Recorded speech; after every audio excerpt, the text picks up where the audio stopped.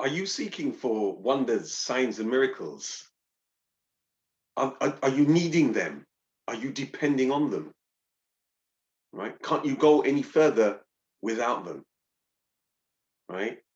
Should we be doing that? Should we be seeking them? Should we be requesting them? Right? Is there any issue with them? Right? That's what we're going to be looking at in this video. Right? We're going to go into the scriptures to see what the scriptures say regarding this matter, regarding this topic. Okay? So let's get straight into it. So Shalom, Yasharala, welcome to another video here from Israel Awake. Okay, and let's just get straight into it. So let me share my screen with you. Okay, let me get this up on screen. One moment, bear with me. Okay, all right. Okay, so first of all then, let's just make this absolutely clear from the beginning. Wonders and signs and miracles are great. They're fantastic, right? They're often, well, our Father does these things. Yahawashi did these things, all right? The disciples did these things, all right? They performed many a miracle, sign and a wonder, okay? We also know that signs can actually deceive many, because we know that the enemy can also do things to impress, if you like. Okay, but in this video, we're going to focus on this question. Are you seeking wonders and signs and miracles? All right. Do you need them? Do you depend and rely upon them? All right. So that's what we're going to be looking at. Okay. So first of all, they're great. Okay. There's no problem in and of themselves. Fantastic. We know this, right? Just to establish that, Acts chapter 2, verse 22. Ye men of Israel, hear these words. Jesus, so that's Yahawashi of Nazareth, a man approved of God among you by miracles and wonders and signs, which God did by him in the midst of you, as ye yourselves also know. So that's quite clear, isn't it? Okay, that actually these miracles, wonders, and signs which accompanied Yahawashi were signs of God's approval of him. So miracles, wonders, and signs are great. Okay, they're great. There's nothing wrong. So that's fantastic. The point of this video, though, and the point behind the question is, are you seeking them? Right? Is that, on the one hand, to witness them. So to witness the miracles, the wonders, and signs, that's fantastic. That's one thing. But to seek them, to demand them, to request them, right, is quite something else. There's a distinction. Okay, there's a distinction to be made between witnessing them, yeah, being the blessed recipient of them, the beneficiary of them, yeah, on the one hand, and on the other hand, seeking them out, requesting them, relying on them, demanding them. All right, these are two different spirits, two different mindsets, two different agendas. And that's what we're going to be looking at here. That's what we're reflecting on here. All right. So we see that then, that clearly miracles, wonders, and signs were even used to show God's approval, Allahayam's approval of Yahawashi HaMashiach. Okay. But let's dig a little deeper. Okay. Because what was Yahawashi's? When Yahawashi was here in the first advent, his first visitation in the flesh, yeah, as the lamb to the slaughter, if you like. All right. What was his take?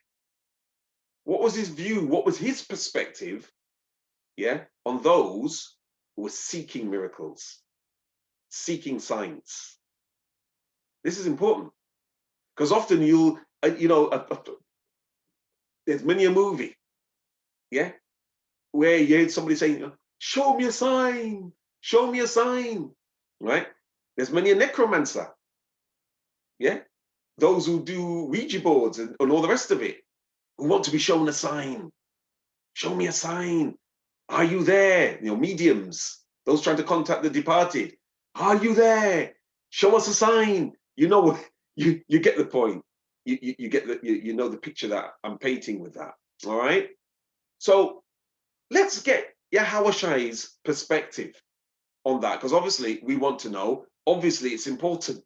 We need to know our Lord, King, and Savior's view on these things. All right, seeing as He's our Savior and our Malak, our King. Okay, let's start then. All right, let's go to John chapter 2, and let's take a look at verses 23, verses 25.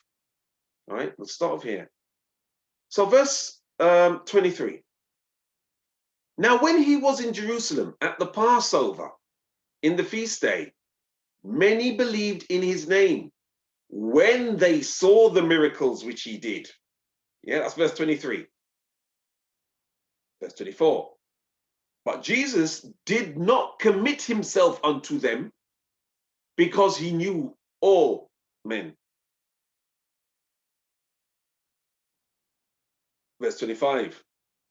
And needed not that any should testify of man, for he knew what was in man. What's going on here? Let's break this down further. So verse 23, now when he was in Jerusalem at the Passover, so Yahawashi did keep the Passover. We ought to be keeping the Passover today. That's another topic. We've dealt with that in previous videos, especially on the law and on the holy days. Now when he was in Jerusalem at the Passover, in the feast day, many believed in his name when they saw the miracles which he did. So we've got some people here who only believed on him when they saw the miracles. It says in verse 24, but Jesus, Yahawashi, did not commit himself unto them. Now, what does that mean? Now, if you do the research, if you look into the word commit there, you'll notice it's basically alluded to the fact he didn't put his confidence in them. He wasn't overly impressed that they just believed in him when they saw the miracles. They didn't take his word for things. They only believed when they saw the miracles. This is a very important point to ponder on. All right. So, but Jesus did not commit himself unto them. He didn't put his confidence in them. He didn't commit to them because he knew what was going on. He knew them, and needed not that any should testify of man. Yeah, only testify because I saw this man, a miracle making man kind of thing. Yeah, for he knew what was in man. He knew what was going on in their hearts and in their minds. You see, he knew what they were all about. All right. Excited by the miracles and the signs. But if it were not for that, would they really have listened and obeyed and followed him? You see the point? It gets deeper. So let's go deeper. All right. Let's go now to Mark. Yeah. Gospel according to Mark. All right. Let's go to chapter 8. All right. Let's look at verses 11 through to 12. So starting from verse 11. Okay, here we go. Okay. Right then. Mark 8, verse 11 on screen. And the Pharisees came forth and began to question with him being Yahawashi. If you look at the previous verses, you'll get the context. But let's start again. And the Pharisees came forth and began to question with him, seeking of him a sign from heaven, tempting him. Did you catch that? The Pharisees, and we know there was I think Yahawashi had to put them straight a few times, didn't he? Yeah, call them vipers a few times, didn't he? Yeah. And the Pharisees came forth and began to question with him, seeking of him a sign from heaven, tempting him. You see this? Yeah. Seeking a sign. That's why this video is entitled, Are You Seeking Wonders and Signs and Miracles? Bearing in mind, I have to keep qualifying that by saying nothing wrong with wonders, signs, and miracles. They're fantastic. We should rejoice and give thanks for the miraculous interventions of the Most High in our lives, for sure. That's not the point that we're getting at here. The point that we're looking at, yeah, is what's your agenda? Where are you at? Yeah? Are you seeking these things out? Don't you believe without them? Do you see the point? Are you being like one of these Pharisees? Yeah? Was seeking a sign from heaven and actually tempting God, putting him into the test. All right? There's a difference, you see. There's a difference. Okay? So that's verse 11. Okay? Let's continue over to verse 12. Yeah? So, and the Pharisees came forth and began to question with him, seeking of him a sign from heaven, tempting him. Okay, verse 12. Okay? And he sighed deeply in his spirit. Look at this is Yahawashi's response. They were asking him for a sign from heaven. They would have said, oh, we just need to be sure. And he sighed deeply in his spirit. All right, that's like a groaning. And saith, why doth this generation seek after a sign? These letters are in red. Yeah, red letter. Yahawashi speaking. Why doth this generation seek after a sign? He's actually saying, why does this generation need a sign? Why do you guys need a sign? Verily, which is truly, I say unto you, there shall no sign be given unto this generation. I'm not going to show you. Why are you asking for a sign? Do you see that? Let's keep digging. Are you seeking, depending, relying? Can't go any further without wonders, signs, miracles. Okay? It's such an important point to reflect on. Okay? So he said, why does this generation need a sign? Why is that? All right? Let's go over now to John. We looked at John chapter 2, didn't we? This time we're going to go to John. Let's get it up on the screen. Yeah, let's go to John. This time, let's go to chapter 4. Okay? And let's take a look together at verse 48. Okay?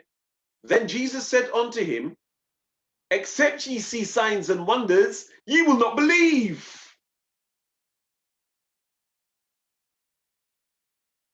Remember, we've got to bring all these scriptures together. Remember, line upon line, precept upon precept, here a little and there a little, pursuant to Isaiah 28, verse 10. Yeah, remember, rightly dividing the word of truth. Right? We've got to bring these scriptures together to get the full picture. Then said Jesus unto him, except ye see signs and wonders, ye will not believe. So there are some, and this is what we have to guard ourselves against, that we're not becoming the type of person that only believes, only gets excited, yeah, only has faith because we see signs and wonders. They're great. If the Father displays them to you, that's fantastic. If the Holy Spirit displays them to you and demonstrates a sign, that's fantastic. And to give thanks for. I've said that. But is that your agenda? Are you nothing without them? Are you weak without them? This is what we need to be reflecting on, Israel. We need to reflect on this. Okay? So, John 4:48, Yahawashi says, except ye see signs and wonders, ye will not believe. All right? Let's dig deeper still. Okay? Let's now go to the book of Matthew. Okay? So Matthew, I want to go over to chapter 12. Okay? And so let's go to verse 38. Okay. Matthew chapter 12, verse 38. Then certain of the scribes and the Pharisees answered, saying, Master, we would see a sign from thee. Now, We want to see a sign from you. We want to see a sign from you, Yahawashi. Is that your mentality? Is that your take on things as well? Is that your perspective? Is that your position? Demanding signs? Okay, we all need to be looking at this and making sure we don't fall into that category of person. All right. So let's go from there to verse 39. For Yahawashi's response to that.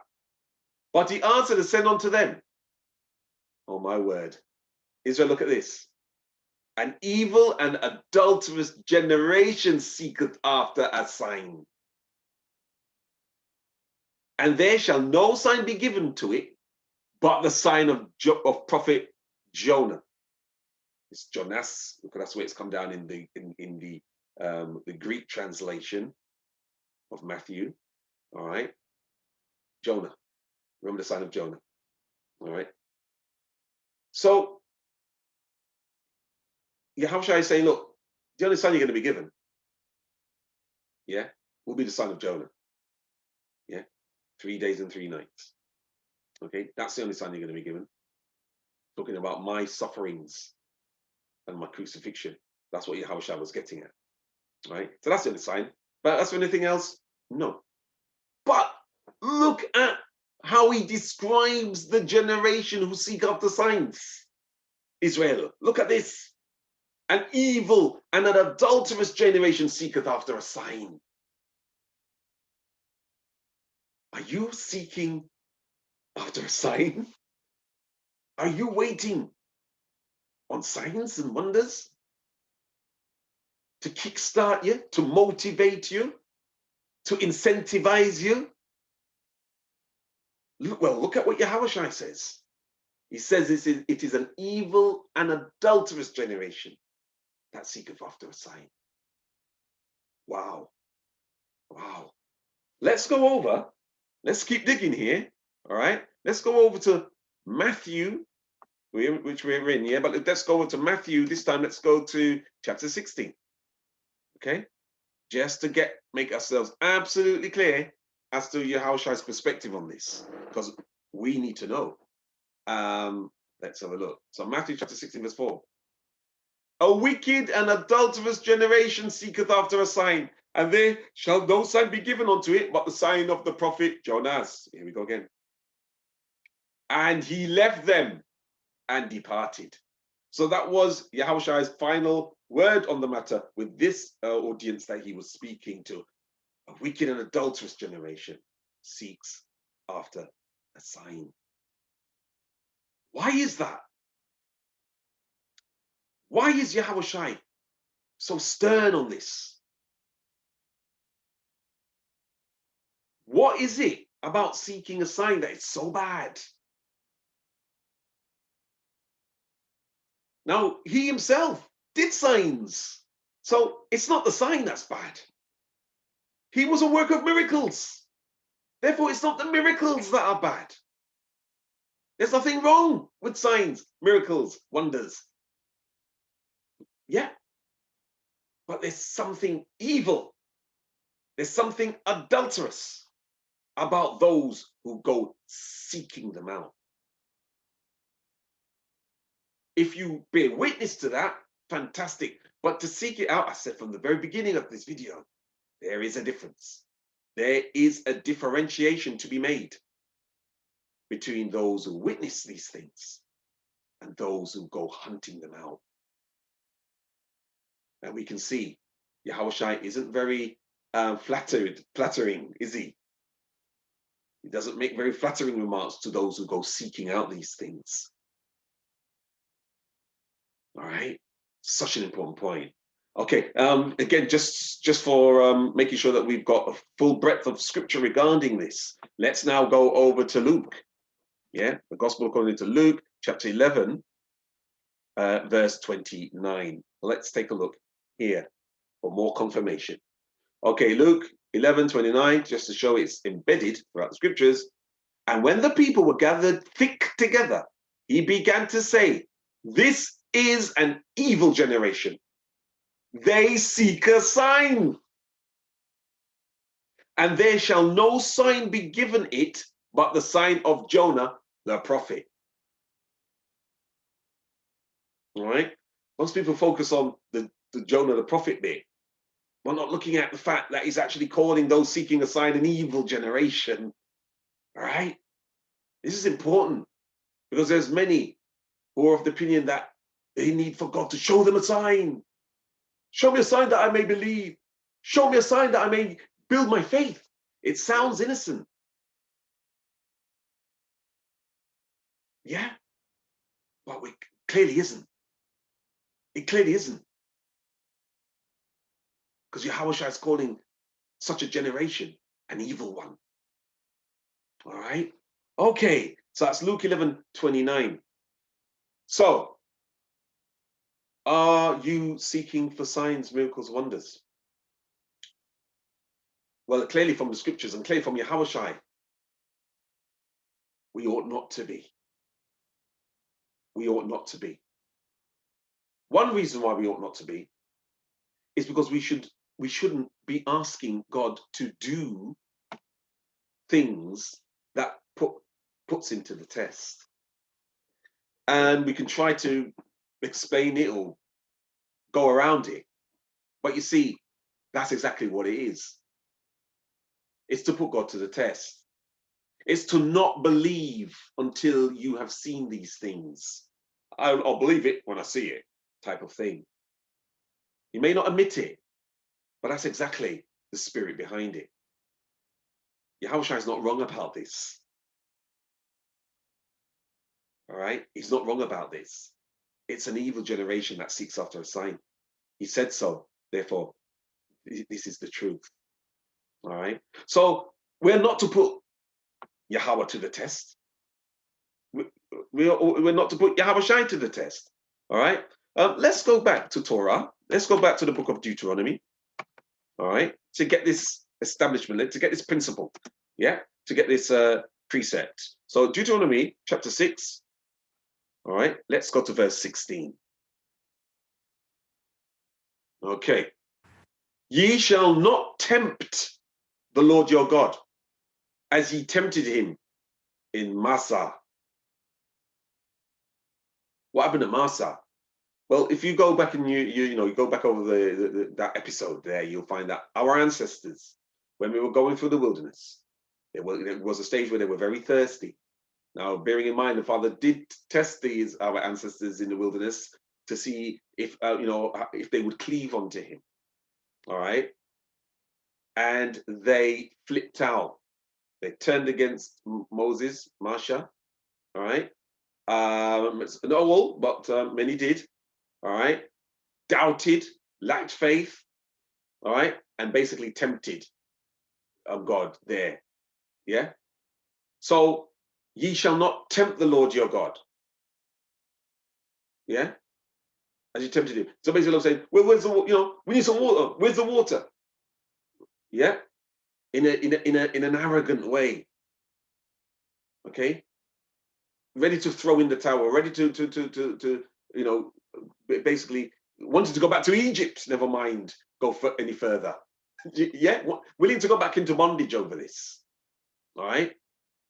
Now, it's Yahawashi confirms that this is not the right way, right? And we can see that if we go over now let's go to Matthew chapter 4. Now, remember, he was being tempted by the devil, wasn't he? Yahawashi himself was being tempted in the mountain, all right? So Matthew, when he was fasting, all right? So Matthew chapter 4, let's go to verse 7. Let's have a look at one of it. Oh, sorry, 1 second. I've entered that in wrong. Let me just bear with me. Matthew chapter 4. Salakia, verse 7. All right. Jesus said unto him, it is written, again, thou shalt not tempt the Lord thy God. And if you go back, look at it from Matthew chapter 4, verse 4, all right, where he says, man shall not live by bread alone. Yeah. So he's saying here in verse 7, thou shalt not tempt the Lord thy God, making a reference to what we read in Deuteronomy chapter 6, when we were told not to tempt the Lord our God. Right? Because basically, the devil was trying to get Yahawashi to tempt the Lord our God, to put God to the test. Yeah, to ask for signs, believe it or not, wonders. That's what the whole temptation was all about. Asking for the signs, these wonders, seeking signs, wonders, and miracles. All right, that's what the temptation of Yahawashi HaMashiach was all about. That was the underlying theme. That was the thread that ran through the whole temptation on the Mount. All right. See, yeah. If you can't remember, go and refresh yourself. Yeah, on in Matthew. Yeah, chapter 4. Okay. So we're not to tempt God. That's quite clear. All right. So in seeking signs in that way, demanding them, can't go any further without them. Right. There's a problem there. Right. It indicates a lack of faith. That isn't what faith is all about. All right. And we need faith. Right. Remember, we can't even please God without faith. All right. Let's remind ourselves of that. In fact, I wasn't even going to go there, but I'm going to go there now. All right. As the Spirit leads, let's go there. All right. So Hebrews chapter 11, let's go to verse 6. Okay. But without faith, it is impossible to please him. For he that cometh to God must believe that he is, and that he is a rewarder of them that diligently seek him. You see that? So we need, without faith, you see, it's impossible to please God. Impossible to please our Alahayim. Yeah? And if you're going to come to him, you can't come to him with, I don't know if you're there, if there's anybody there, but if you are there, please help me. That's not how it works.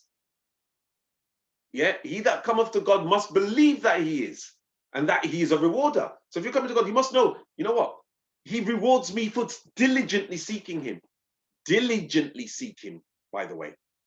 Not half-heartedly seeking him, diligent. And with that diligence come with the faith.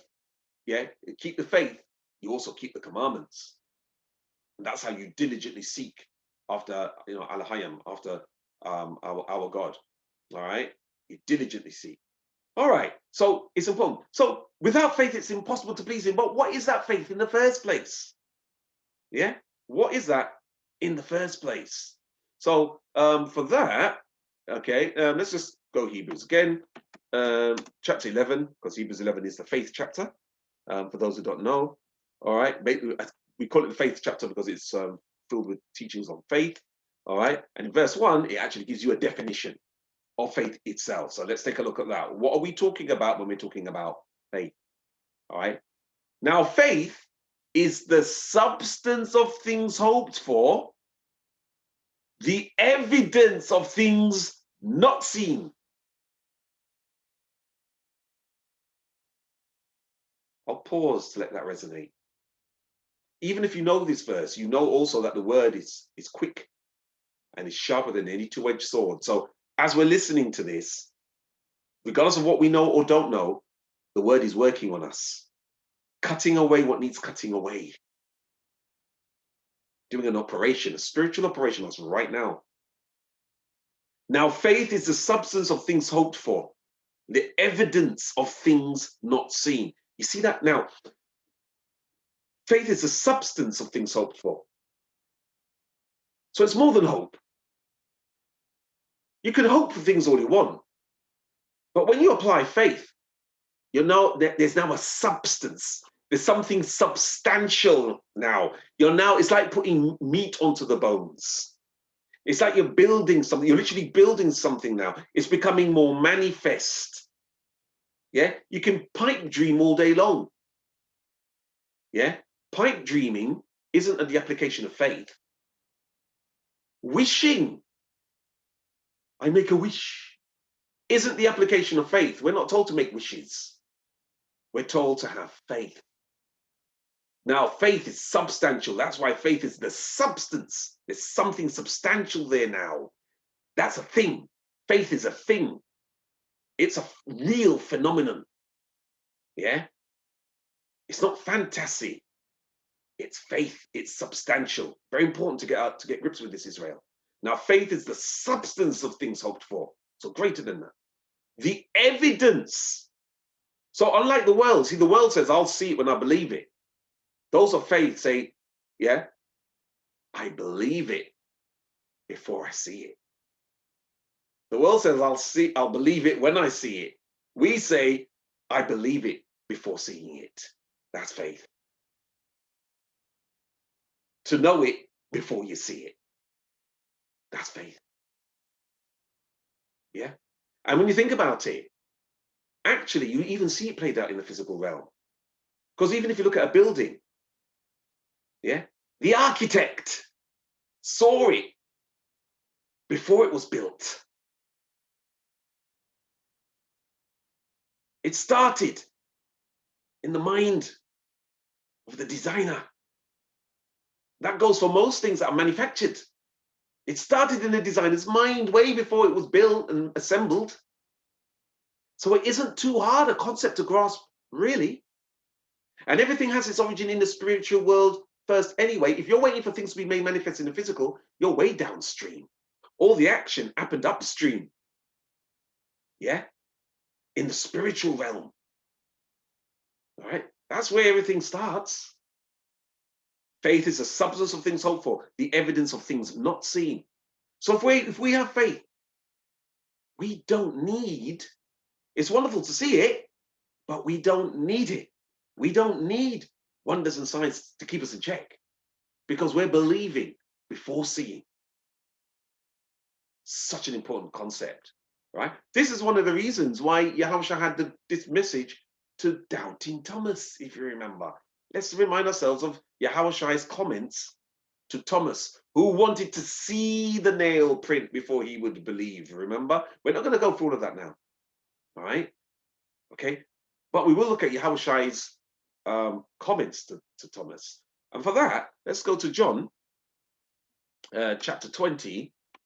Okay? If you want to see, remind the whole thing, you can look in your own time. But for the purposes of this particular video, all right, we're going to just look at the Yahawashi's response. So John chapter 20, verse 29. That's where we'll go. Let's get that up on the screen. Okay.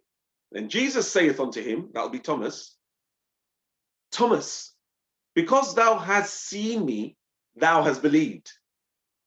Blessed are they that have not seen and yet have believed. So there's a greater blessing, you see, on those who have not seen and yet have believed. So I ask again, are you seeking wonders, signs, and miracles? Are you waiting to see these things before you believe? Are you relying on them to boost your faith? Indicating that you don't have faith beforehand? Something to think about, something to chew on, a point to ponder, Israel. Okay?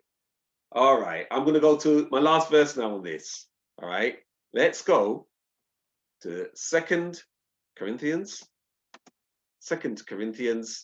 Let's go to chapter 5.